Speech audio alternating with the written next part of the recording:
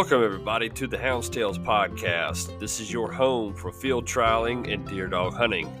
It'll be stories and discussions on the world of dog hunting.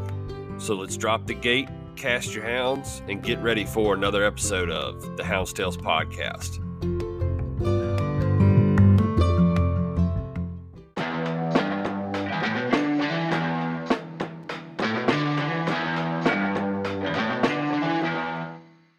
When it's time to get ready for a field trial, deer season, or any other reason that you need to load up that dog box and you're in need of dog hunting supplies, look no further than Outdoor Dog Supply. Outdoor Dog Supply is the leader in online Garmin sales as well as the leader in Garmin and Tritronics trade-in programs. From GPS system to dog training aids to vitamins to supplements and everything in between, put your trust in Outdoor Dog Supply. Super fast delivery, superior customer service, and a dedication to our sport. We are proud to partner with Outdoor Dog Supply and can't thank them enough for everything that they do for our sport. Visit their website today at outdoordogsupply.com or shoot them a call at 757-482-1000 for any of your hound hunting needs. Thank you, Outdoor Dog Supply.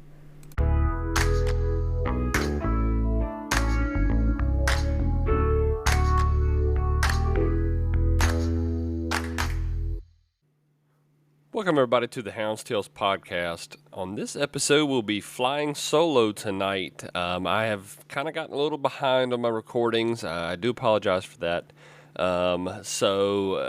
It's been very, very busy. I just got back from the Dismal Swamp FHA hunt this past weekend at Pools Foxhound Training Preserve. It was a really, really, really good hunt, jam-packed running. I think it took 820 points to lead, to win the hunt, speed and drive at least. But you could not ask for better than what we had. Good rain in the evenings that put some moisture in the ground, helped the dogs out a whole lot. Not that they needed it. A lot of good dogs in the pen this past weekend. I was very, very pleased with the running that we had. If anybody has anything to complain about with that, I don't know what to tell you. It was definitely 15 hours of jam-packed, balls to the wall running. While we're still on that, I'll go ahead and say that the all-age was taken by, that dog's name was now champion, J&H Plain Jane from Break Right and Crown Royal Kennels. And the Derby winner, I can't remember how many points that was. That dog was LP's Brown Man from Cartersville Mafia out of Powhatan, Virginia. So congratulations to y'all two on the wins. Kyle and Noel, maybe they put on a heck of a show. They put on a great hunt. We had over 40 judges. I think it was 33 the first day and 43 the second and third day.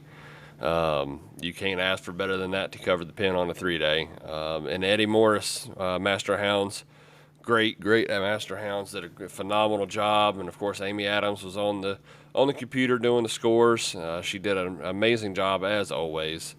So that was it was truly a pleasure being there. I can't wait for next year to get back down there. It's always a great hunt. I'll be judging again next year. It's one that I would definitely not be missing. I love everything about that hunt, and that's definitely one that will always stay on the books. So now that we've got that out the way, I want to talk to you real quick about the Virginia DWR meeting that's going to be going on. It's August 22nd at 9 a.m. in Henrico, Virginia.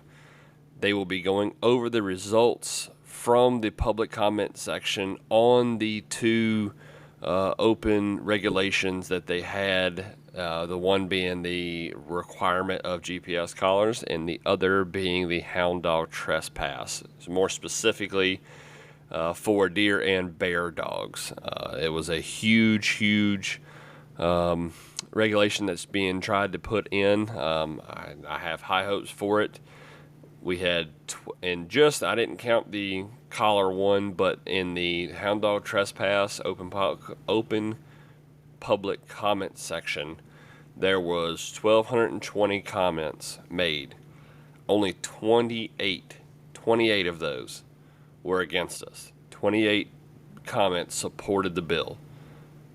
So that goes right there to show you how much more in support of dog hunting people commented versus the ones that didn't. Hopefully the DWR will take a note of that. But what I want to tell you is, if you go to my Facebook page, the Hounds Tales podcast. Wow, I'm tongue tied tonight. Hounds Tales podcast. If you go to our page, you will see a event created. It's called Sea of Orange. It's called Sea of Orange. Sorry about that. If you go there, it's an event that I've made on that Facebook page, and it will keep you updated. I want to be trying to comment on it every now and then for the next 2 weeks before we get to this date. It's on a Thursday, yes, I know. But we've had plenty of notice, guys. The Virginia Hunting Dog Alliance, they released this time and this date a couple weeks ago, so it's something that we should have known about, and you had plenty of time to take off of work. So, guys, this one's going to be huge. I really, really, really would love to see a flood of orange hats down there. I think making a statement, I think it's going to be huge. Maybe it'll put a little pressure on the DWR to swing our way, and it'll show them that we really care and we don't want our sport taken away from us. I know a lot of people that are listening are not from Virginia, but hopefully just the ones that are, hopefully this, get a little motivation, guys. I mean, I know it's tough to take off of work. Vacation days aren't always easy, and they're not always easy to spare. I get it. Trust me, I understand.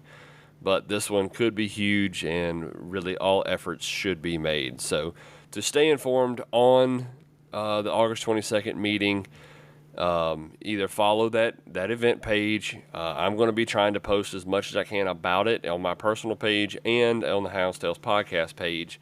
Also, you can always, of course, follow the Virginia Hunting Dog Alliance page. And those 3 pages right there, between all that, you ought to be able to keep up with anything and everything that you need to for this. So, guys, gals, everybody listening, please make an effort. If you can't, I get it. I understand. Trust me. I get it 110%. But this one's going to be huge. So if you can make it, I can't wait to see you there. So, guys, like I said, I'm riding solo tonight. I do apologize. I know listening to one person talk for a while is not always interesting. But I was sitting here thinking today, I was trying to think about what I needed to do for an episode just to get something out. And one thing that kept sticking out to me was questions that get asked a lot. And some of the questions I get asked the most is, how do I get in? What do I do to get into the sport? What are some of the tricks and some of the things that I can do? What will gain me the respect? That, all kinds of different questions. So what I wanted to do, this is not going to be centered towards the deer dog woods this episode, but we are going to talk about getting into the world of field trialing. That's where I really wanted to get my focus. I think that's the hardest thing to get into. So that's what we're going to talk about tonight. I'm going to talk about some life experiences that I've had along the way, some things that I have learned, maybe some tricks on getting in. Guys, I know, for the ones that are listening and may have already turned it off by now, because, if you're into the sport, you don't really probably said, I don't need to listen to this. But if you're still around, maybe listen to this thing. I'd be glad to, take some advice. Maybe I still want to learn, and that's going to be the first piece of advice I'll give somebody is, don't ever think that you know it all. When you think that you know it all, that's where you start failing. I'm always willing to learn. Guys, my experienced guys that are listening, reach out. Just let me know, like, hey, this is another trick that you could tell somebody, or hey, I'd love to get on an episode with you, and maybe we could talk about some other ways to get in and things that you could do and that kind of stuff. But I'm just going to kind of go over some of the things that I've learned in my journey. to doing what I'm doing. I don't claim to be and never will claim to be the best at this. I don't think I am. I think I still have a lot to learn. I have a long way to go, but I feel like I have learned a lot along the way, and I hope that I can share some of this with you out there listening. Maybe somebody that is looking to get in and has been thinking about it for a while. Maybe this will help you decide if you want to get in, or if you think it's better you stay out. So I got a couple key points wrote down. I'll try not to be too awful long on this, but like I said, it is by myself, so I can't promise you anything. Who knows where this thing is going to go? So let's see. Getting into the sport in general and leading into judging. That's kind of where I want to get into first after we kind of the general idea of getting into the sport. First thing I had wrote down was find someone to go with. It might be hard to find somebody to go with, but if you have a friend or you know somebody that, maybe they've field trialed for a while, or, maybe you're thinking about it and maybe just hit somebody up on Facebook. Sometimes these guys are willing to let you go with them. I don't do a whole lot on one day, so it's hard for me to just say, hey, yeah, come along. But, if you're listening and you want to go experience it, hit me up, and I'll try to let you know when the next time I plan on going is, and maybe we can link up and we can get you down there or something like that. But my idea behind that statement is, if you go and just tag along, just see what it's all about, see what the involvement is, and tell them, tell whoever you're going with, if somebody does allow you to come with them. Be like, I want to see it from start to finish. So maybe they're going to get you over there the day before or a couple days before, and you got to dye the dogs out. Then the night before the hunt, you got to paint the dogs. Then you got to pack the truck. Then you got to get all your supplies ready. Then you got to, prep out the way to get down there. Figure out where you're going to stay. Whatever it may be. That's a lot involved. So seeing all that firsthand before you get into it and making a mistake, like, oh crap, man, there's a lot before you even get down there that you have to do before the first tailgate's dropped, before the first latch is opened on the kennels. Seeing all that and seeing what is involved of making a field trial happen for yourself is, and that's that could play a huge key, and after that, you make an evaluation, evaluate your time, evaluate your life. I know that sounds like very deep, but on a for real note, you got to look at your life, your lifestyle. You got to see what kind of level of dedication you're willing to put in.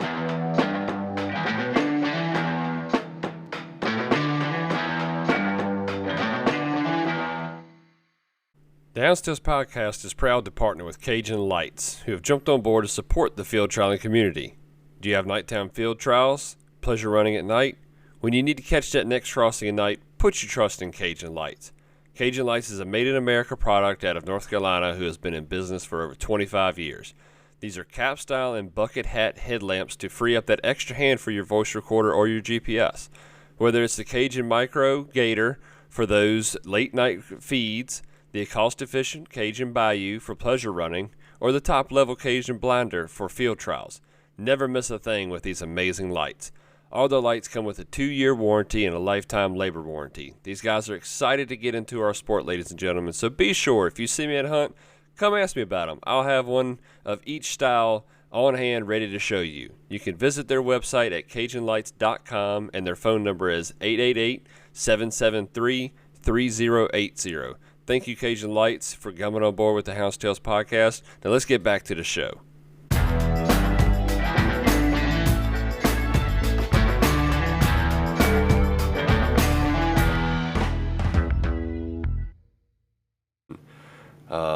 If your time is tight and you don't really have a lot of time to spare, but you like going to run the dog occasionally, maybe field trial is not for you.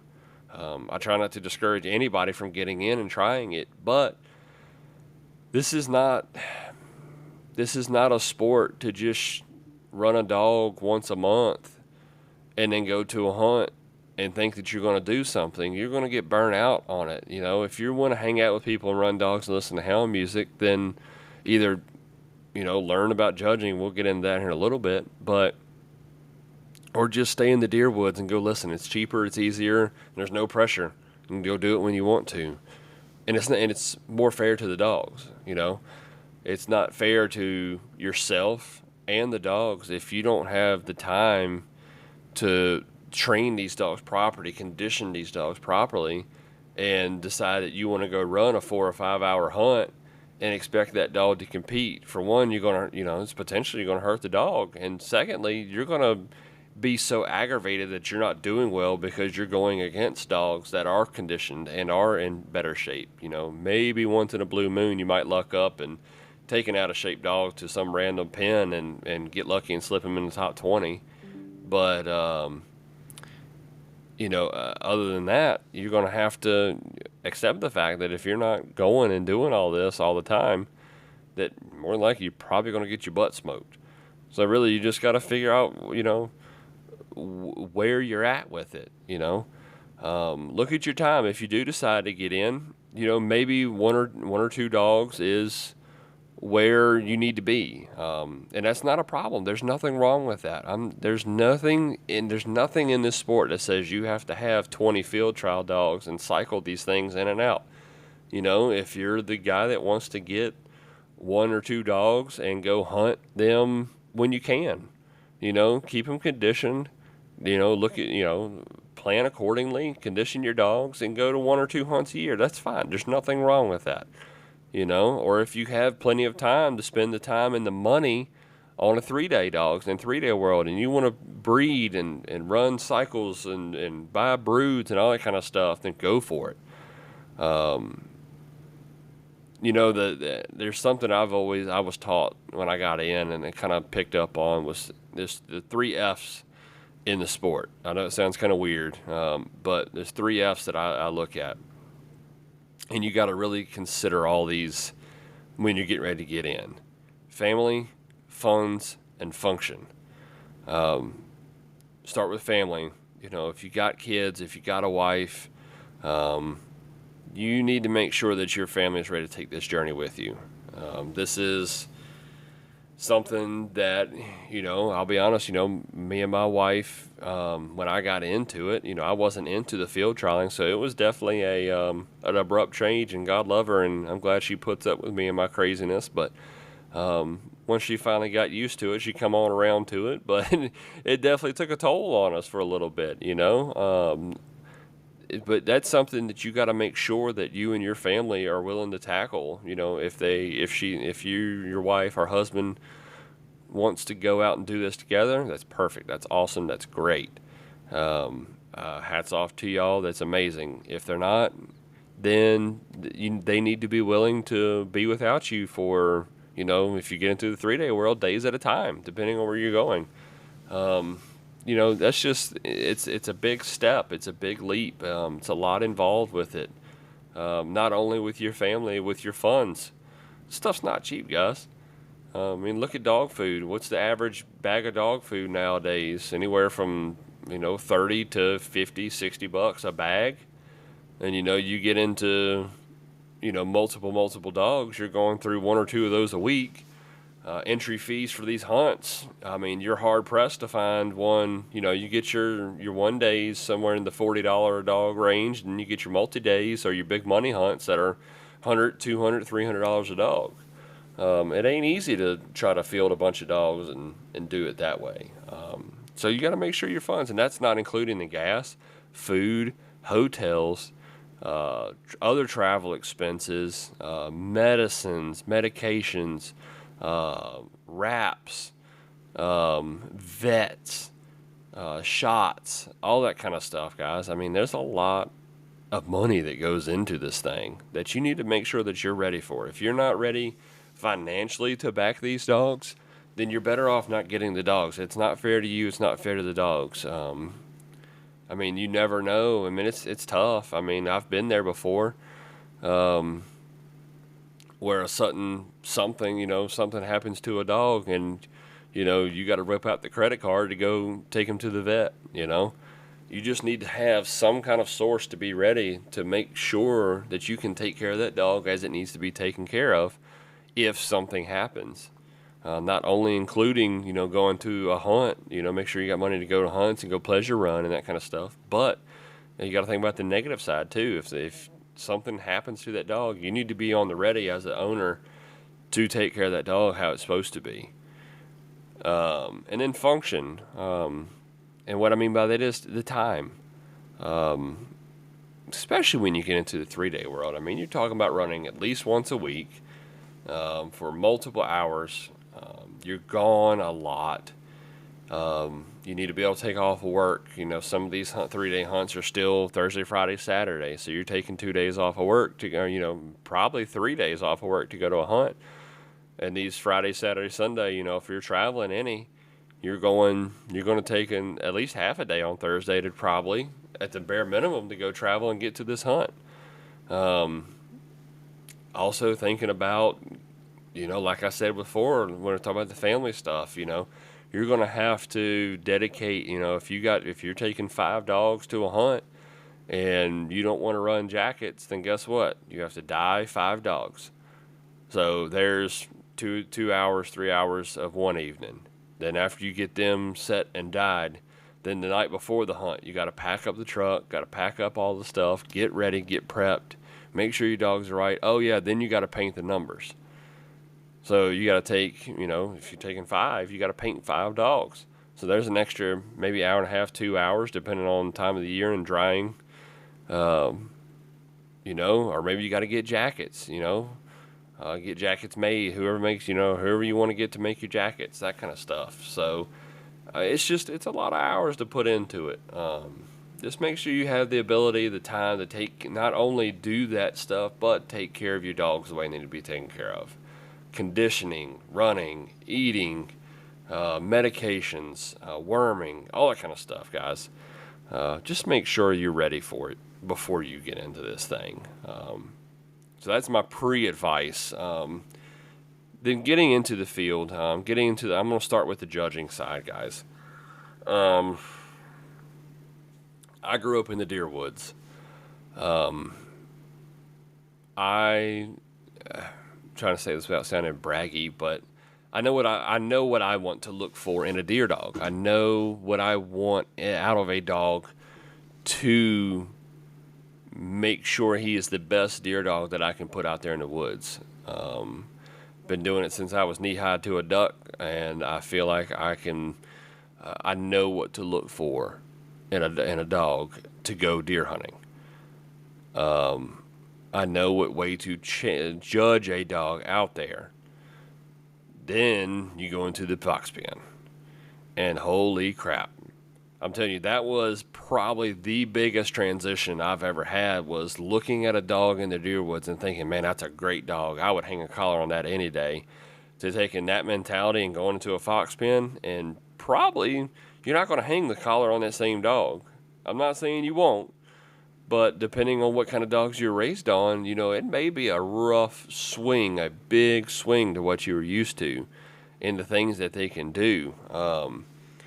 And the way I learned that was going to these pens and judging hunts. Get out there to these hunts, and I'll get more into the judging stuff. But when you go out to a field trial and judge, what I always do every time, I'm looking for a dog. If I had to take an opportunity to buy a dog at that hunt, I'm trying to pick out what dog at that hunt I'm going to buy. And then at the end, when you look at the results and you say, okay, obviously I was right. That dog won, or that dog was top 5. So I can look at it. But if you're looking at a dog and say, man, I love that dog, that's an awesome dog, and he's dead last, maybe you got to rethink how you're looking at this thing. Maybe you're looking at it like a deer dog, and you're in your old school thinking, or however you want to say that, deer dog thinking, slow woods thinking. I'm not, don't take that the wrong way, guys, but you know what I mean. You're not out there competing. You're meat dogging. But when you start looking at dogs out there in the field trials and say, oh, I like that dog. And then you constantly start picking out top 5, top 3 winners, that kind of stuff. That's how you figure out, going out and judging is how you figure out what to look for in a field trial dog. But before you even get to that point, first things first, you got to get a rule book. There's 2 different rule books you can get: the Masters and the Nationals. Best places to get these: Chase Publishing Company. You can get the Nationals, and you can contact the Masters for the Masters rule book. Both ways, get a rule book, learn them, read them, cover to cover, front to back, upside down, turn around. Read the rule book. Learn what speed and drive is. Yes, there are a lot of things in the rule book that are open to interpretation. Okay? Lots of things that leave a lot of gray area for how you're gonna do things in the judging room, in the field, how you're gonna look at dogs, what you're gonna scratch for, how you're gonna look at a hunting dog, that kind of stuff. And the best way to learn that is find somebody you can go with. We're going to take a quick second here and interrupt this episode and let you all know about our friends over at Southern Hound Hunting Magazine. Do you enjoy reading stories from houndsmen across the country? Diving into real-life experiences out there in the woods with working hounds of every kind? Deer dogging, bear dogging, hog dogging, small game dogging, you name it, the Southern Hound Hunting Magazine has it. And it's bringing it to you page after page while also spreading a positive image of this beautiful sport that we all love. Be sure to sign up today, and for just $15 a year, you can have quarterly magazines filled with nothing but dog hunting sent right to your door. Check them out today at southernhoundhunting.com and get in the hunt. Let's get back to the episode. I'm going to say that a lot in this episode is find somebody to go with. But that's the God's honest truth. You find somebody that you can go with. Go to a one-day hunt. Get with a buddy and say, hey, let's go judge a hunt, or, find somebody that is a judge and judges all the time, and ask them, say, hey, can I shadow you? Can I come ride with you? I just want to learn. I want to get into this, and I want to see what you do when you're judging. I want to see how you're judging these dogs. I want to see what you're doing when you judge these dogs. That's a huge way to get into it. When you get out there, confidence is huge in this sport, but don't be so overconfident that it doesn't let you learn. So, when you go out there, just, stand behind them. Then after you ask questions, after you watch him do a few, jump in there or ask whoever you're with, say, hey, can I catch this next crossing? And I want to see if we're on the same page. Or if you're at a HGA hunt, hey, can we go look for a hunting score? Or, hey, it's quiet over here. Let's go see if we can find us a hunting dog. Y'all go find a hunting dog and watch how he's looking for him. Watch how he judges a hunting dog and what they do as far as that goes. Shadowing is huge, huge, huge, huge, huge, huge. So once you're comfortable with that, and you go to some one days, and you go to maybe 1 or 2 of these things, and you judge with somebody, and you get comfortable with it and start judging by yourself. Offer some of these hunt clubs that are putting on a hunt at your local pen, or a pen that you like to go run, or whatever. Just reach out to the guy putting them on, the hunt club putting them on, and say, or the pen owner, and be like, hey, do you need some extra judges?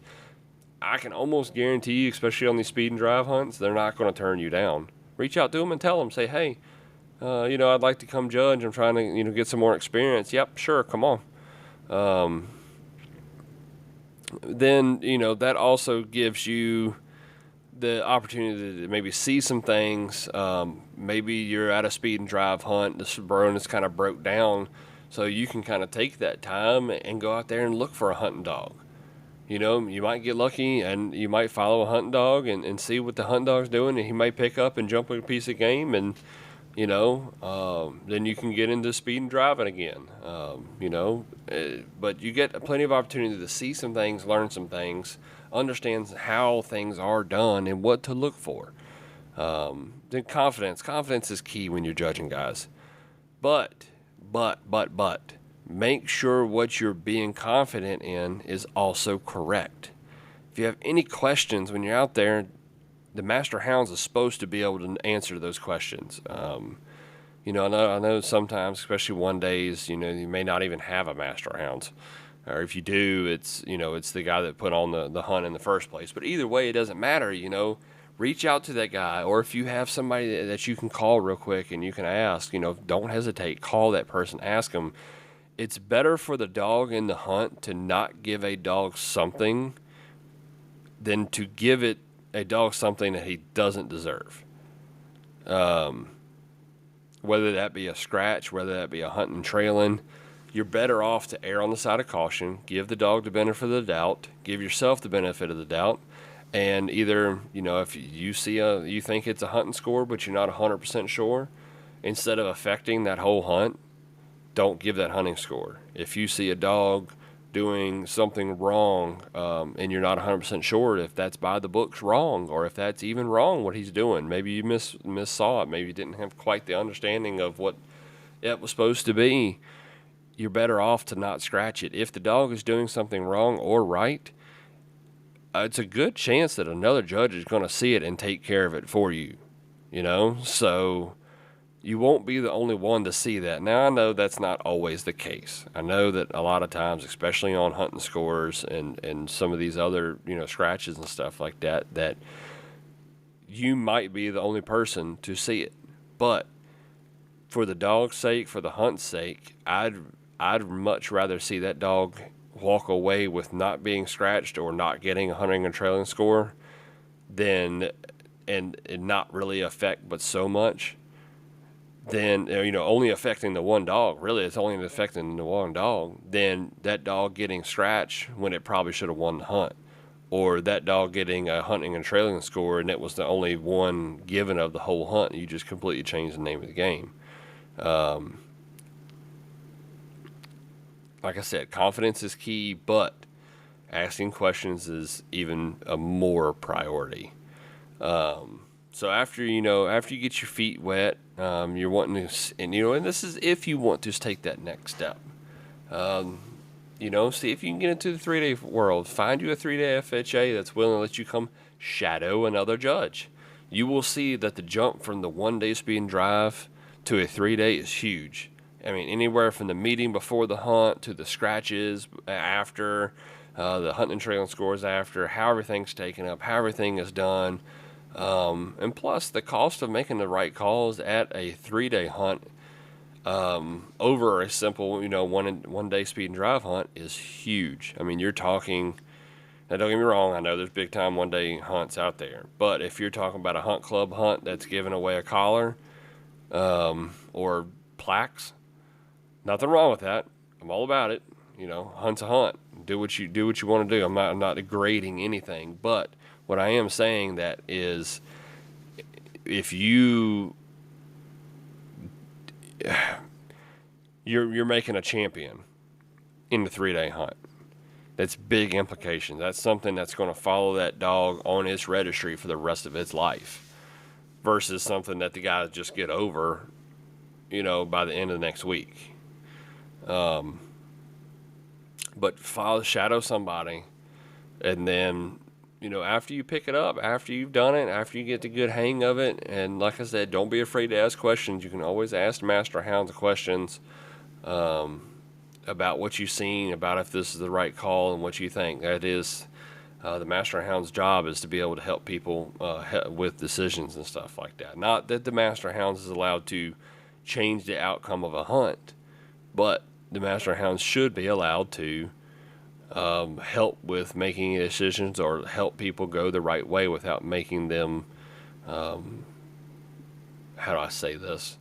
Not swaying their decisions, but also making their decisions and choices correct. But once you get to that point, find you an association that you want to be a part of. Find you an FHA, a 3-day guy, hunt that's willing to let you come judge, and just pick up on it. Roll with it, guys. The Dismal Swamp was the first one that I ever judged, the first multi-day hunt I ever judged, and I haven't missed it since.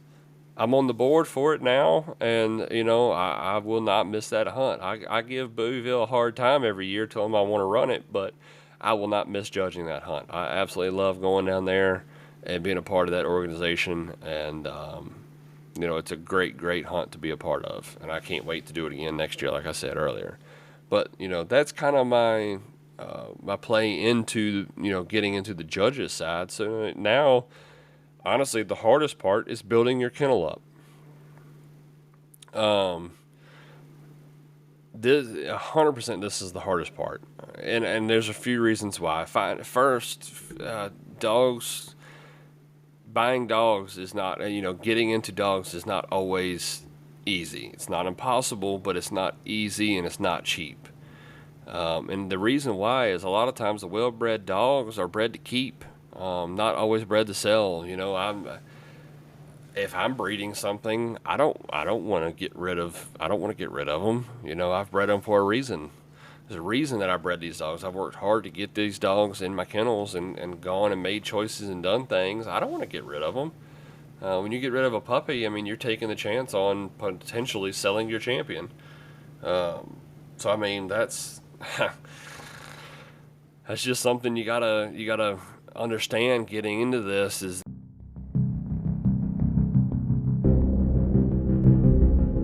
I want to take a second and talk about Frontline Optics real quick, guys. They are a sunglasses company that is owned and operated by frontline workers, fires, and emergency services, guys. They have designed glasses with us in mind, with the frontline workers in mind, people that are out there using your sunglasses every day and don't want to break the bank and have a pair of sunglasses get broke and have to and just be out of that that crazy amount of money. Guys, these are high quality polarized sunglasses that are durable, affordable, and ultimately represent our lifestyle. In addition to that, a portion of all proceeds from the sale of these glasses is donated to First Responders Children's Foundation. It is in support of those children who have lost a parent in the line of duty. How cool is that, guys? So, guys, check these guys out, frontlineoptics.com. Go to their website, and when you go to checkout, be sure to type in the promo code HoundsTales. That's TALES while you check out, and you'll receive 15% off your first purchase. Also, these guys have a first-time replacement, no questions asked program. Be sure to check that out, guys. These guys are awesome. I can't thank them enough for jumping on board, and we'll get back to the show. That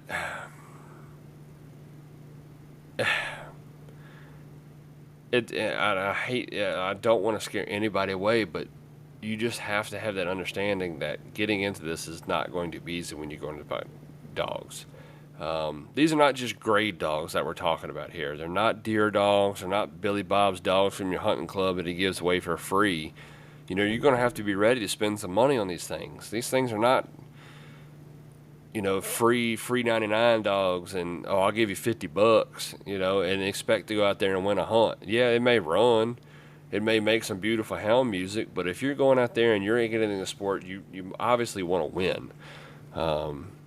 That's the whole point of competing, is trying to win. I'm not saying that, the bonuses of hanging out with friends and listening to a pack of 100 dogs screaming across a cutover isn't part of it too. But if you're going to compete, you're competing for a freaking reason, So buying and thinking you're going to get a cheap, great dog, it doesn't happen. I'm not saying it ain't impossible, but if you want to get in there and win, you're going to have to be willing to spend a little bit of money to get these things. If you're looking at puppies, do the math. Between shots, the puppy food is outrageous on prices now. Wormer, not only that, the brood house, the time and effort that you put in to make sure these dogs are healthy and up to shape, up to date on shots, all that stuff.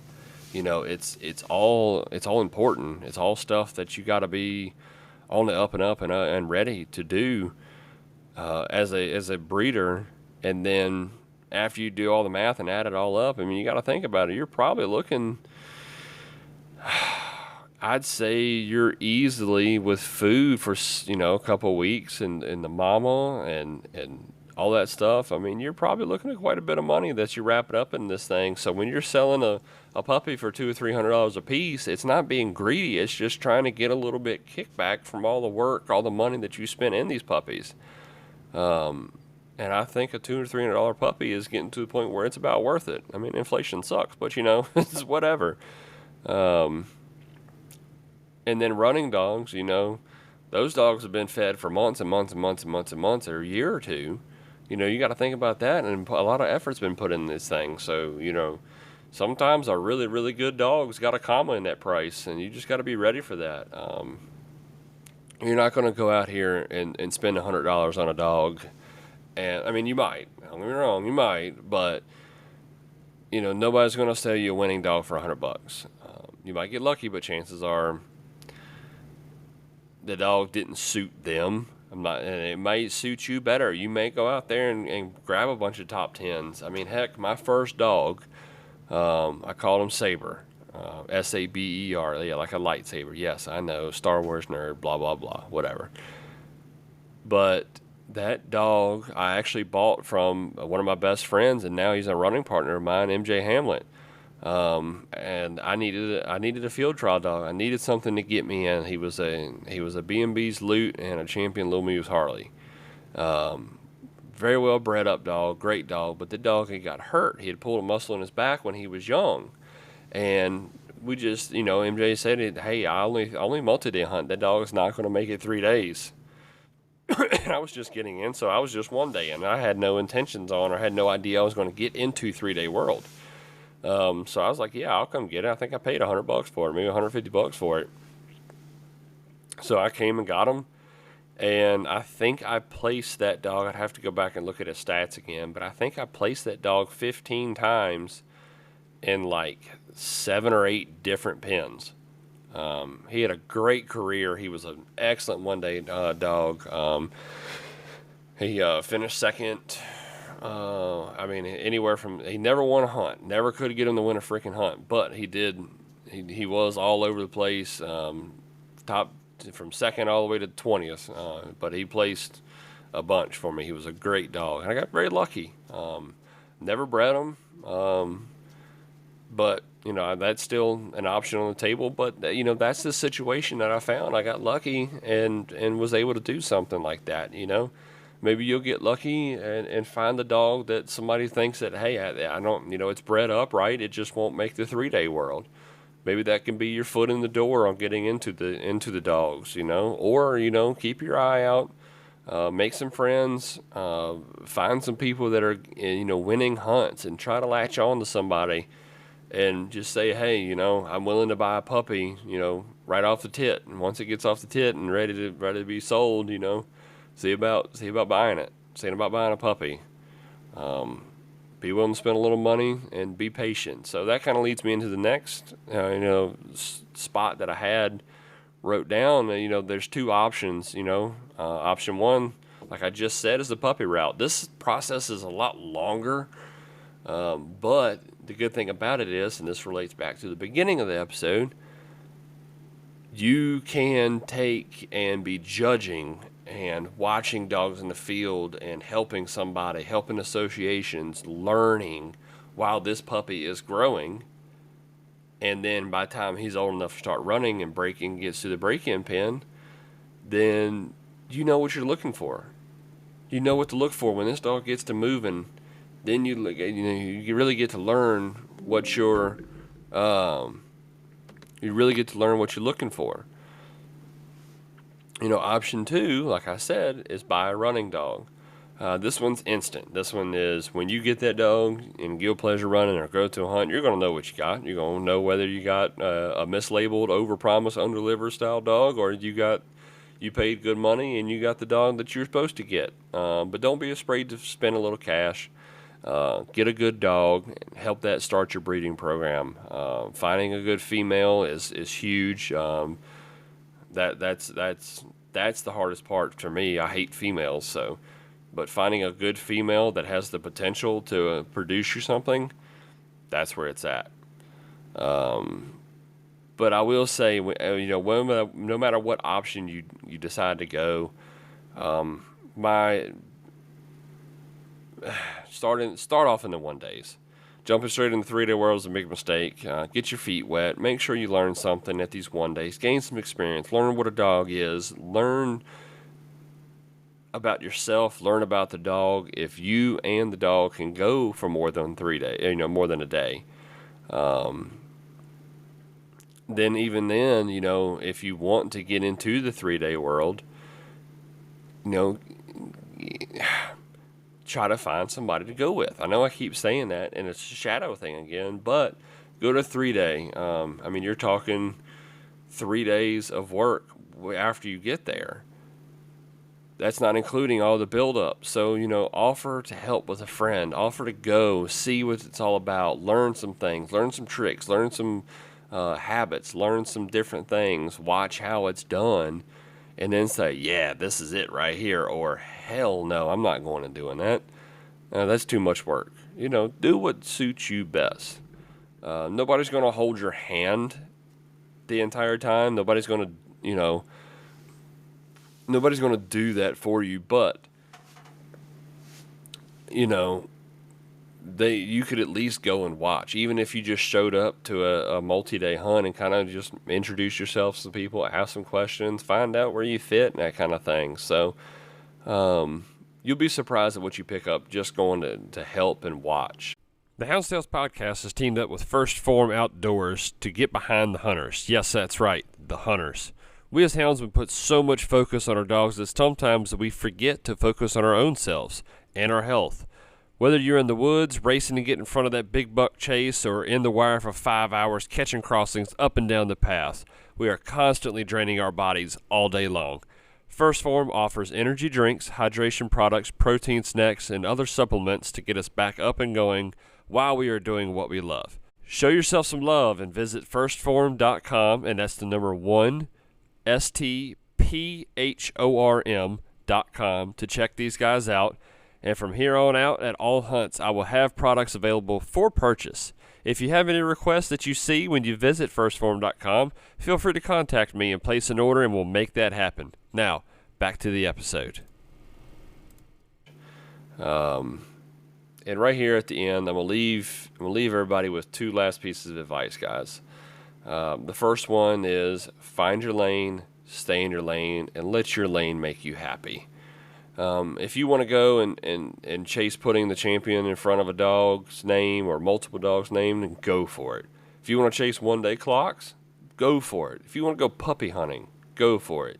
If you want to run, 2 hunts a year, just to settle an itch, just to go and hang out with people and be around like-minded people, then do that. Or even if you don't want a field trial, period, do that too. Don't feel like this is something you have to get in and grow into something that you don't want to. Find your limit, find what makes you happy, but I meant find people that have the same level of motivation that you do, no matter if it is the 1-day hunts, twice a year, or the 3-day guys that are doing it 2 or 3 times a month. You'll fall in love with wherever you fit and the group that you want to be in. And it'll make a difference. You'll see. And my last piece of advice before I get off here, guys, don't be afraid to cull. I know that's a harsh thing to leave you with, but, I was lucky. I was talking about Saber. He was my first field trial dog, and I still have him. He ended up making one hell of a deer dog when it's all said and done, so that's one of the big reasons he stayed. And the first one, it's hard as crap to get rid of, I've thought about it a few times. I was like, man, he could go live his life and make somebody else really happy, but he still makes me happy. But getting attached to a dog is something you cannot do in this sport. You got to be willing to let go of the bad ones, or let go of ones that don't suit your style. Maybe you got a dog that maybe you're a 3-day guy, and you got a dog that's really, really fast, could probably go out there and burn everybody up on the first day, but the second day he's locked up as tight as you can get, and you can't do nothing with him. He's got to go. Maybe you're a one-day guy and this dog gets better as each day goes. Then he needs to go to somebody that's going 3-day. Don't be afraid to cull and pick the ones that are going to suit you the best. Hunt hard, cull harder. That's the biggest thing, guys. Honestly, when you're doing this and you're getting into it and getting involved, don't be afraid to put in the work, but don't be afraid to cull either the ones that don't suit you. So, guys, I hope that somebody took something away from this episode. Sorry, it was just me tonight. Let things catch up to me and just couldn't get anything lined up. I've been very, very busy lately. I got a lot of stuff coming down the pipe. You'll see. I'm working on being able to announce that soon. But guys, don't forget to subscribe. Thank you all so much for your continued support. We're creeping up on 50,000 downloads, which is just amazing. That's unreal. I really cannot thank y'all enough for all the support. I'm so happy with that. Love each and every one of you guys. Y'all are amazing. Thanks for helping this thing grow into something bigger and better than I ever thought it was going to be. So, guys, from the bottom of my heart, love y'all. Thank y'all. Again, don't forget to hit that like and subscribe button if you haven't already. Follow us on Facebook, Hounds Tales Podcast, and also you can visit our website, houndstales.com, to keep up with all the latest news and information. All right, guys, thank y'all again so much, and like always, guys, happy hunting.